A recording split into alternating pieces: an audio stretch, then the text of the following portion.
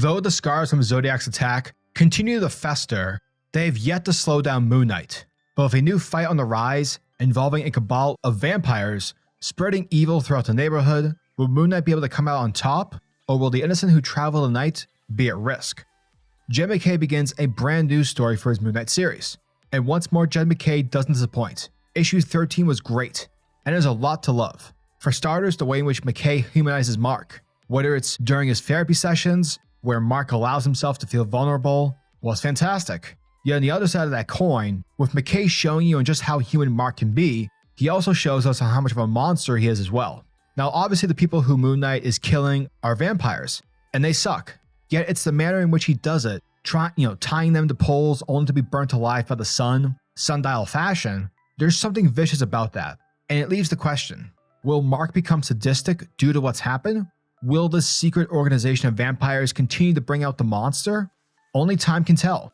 In addition, MacKay continues to inject growth and levels of humanity within the book's supporting cast. I particularly enjoyed the scene between Reese talking with Tigra, and I liked how she called bullshit on Tigra's reluctance to tell her about the Stephen Grant personality.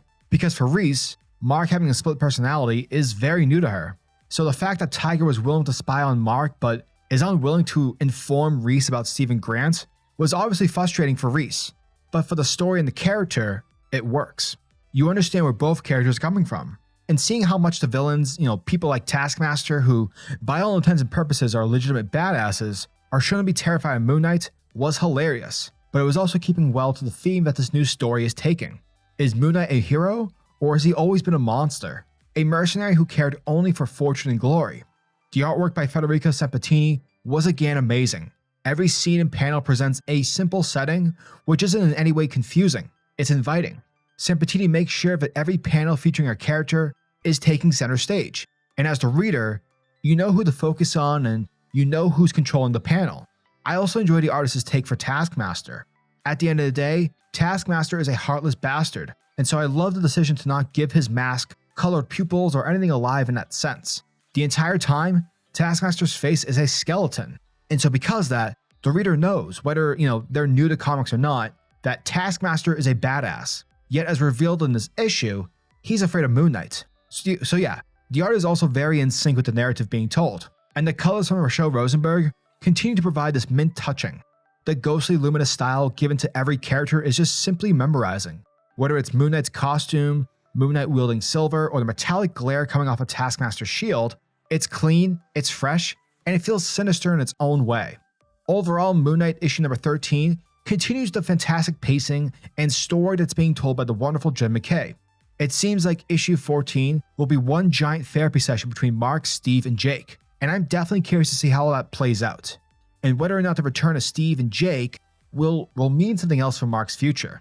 Overall, this was a great issue, and every single one of you should definitely be checking out the series.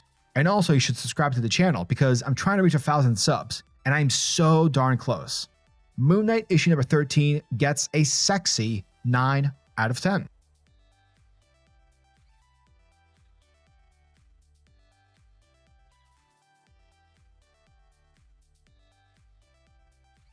Our issue begins on a dark and mysterious night.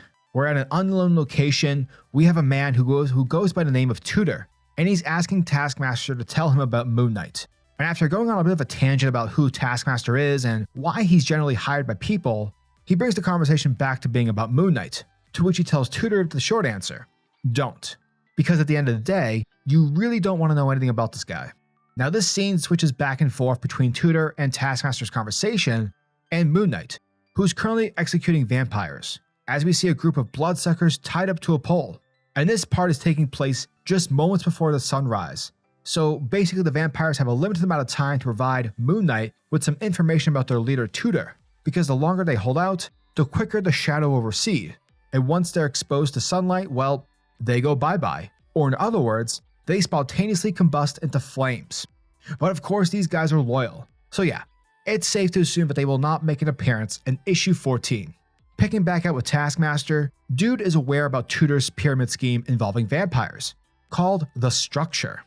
And he knows Moon Knight has been affecting their work for a while now, to the point where it's just too big of a problem to ignore. So obviously Tudor wants to kill Moon Knight, but Taskmaster tells him that Moon Knight is dangerous, Not just because, he was a freelance mercenary who murdered and killed insurgents who fought in jungles and deserts, waging war for the CIA. He's a monster because of Raoul Bushman. Moon Knight's a monster because he is the legitimate embodiment of a bullet. Now, Tutor, he's hearing all of this, but he's thinking that Taskmaster, he might just be overselling this a little bit too much. But we also learn that Tutor doesn't just want Moon Knight gone because he's crippling his business and infrastructure. Somehow, in some way, he's making his own breed of vampire. He's challenging Tutor's exclusivity services. Thus, we pick up with Mark and his therapist talking about feelings, where Mark is going over his conversation he had with Soldier's mom, following the events in the previous issue, with Soldier getting killed by Zodiac. And what he says is that the mother assured Mark that it wasn't his fault. Now, the therapist wonders if Mark was seeking absolution or punishment from Soldier's mother, but he says that he doesn't know. Yet nonetheless, he still feels responsible because for Mark, he was the reason Soldier was at Midnight Mission to begin with. And because of him, Soldier wore his suit, knowing the real possibilities on what could happen if he were to buy him some time. But that's when Sternum assures Mark that he did nothing wrong, because at the end of the day, Soldier made a choice, just like how she's making a choice right now, a choice to help people like Mark. Meanwhile, at the Midnight Mission, both Tigra and Reese are talking, and they're shooting the shit, simply talking about Mark and the current news. Now, eventually, Reese wants Tigra to tell her about Stephen Grant, but Tigra says that it's not her story to tell, and that pisses Reese off, considering that it was only about a week ago that Tigra was spying on Moon Knight for the Avengers. So at the very least, you can do me a favor and entertain me with some information. Now, Tigra, she's able to cool off Reese because at the end of the day, she knows Reese is just upset because of what happened to Soldier. But that's when Soldier, the real Soldier, walks in carrying a load of boxes, and through hilarious fashion, he's wondering on why the two are talking about him as though he were dead. Thus, this is where we see that Soldier has turned into a vampire, and so technically speaking, vampires are dead, which means Soldier is technically dead as well. Hot damn, that's some great writing, folks. Anyways, switching back over to Tutor and Taskmaster's conversation, and upon revealing that Moon Knight has been creating vampires within Tutor's sphere of influence, the dude has to go. Thereby, Tutor is willing to pay most handsomely for Taskmaster services, but surprisingly, Taskmaster says no, because he is fucking terrified.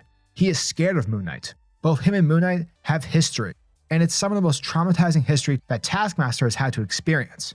And with that, he tells Tutor good luck with finding someone in the city who's willing to take the job.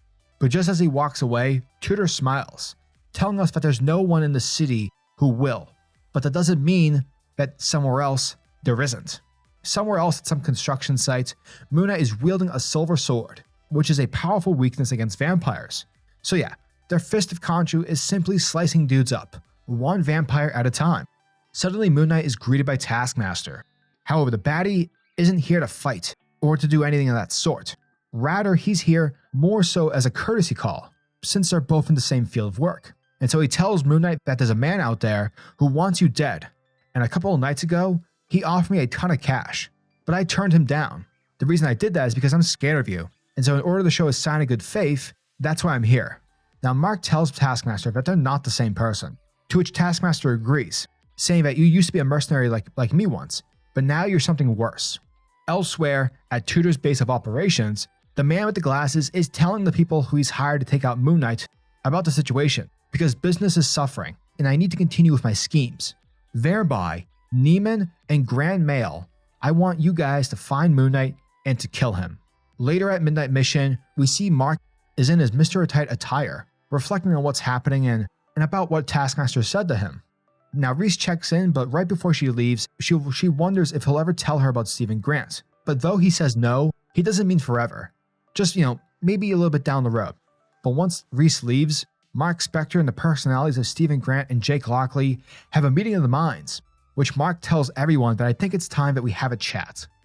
And that, folks, was the end of Moon Knight, issue number 13. And thank you guys for checking out my video, as it truly means the world to me.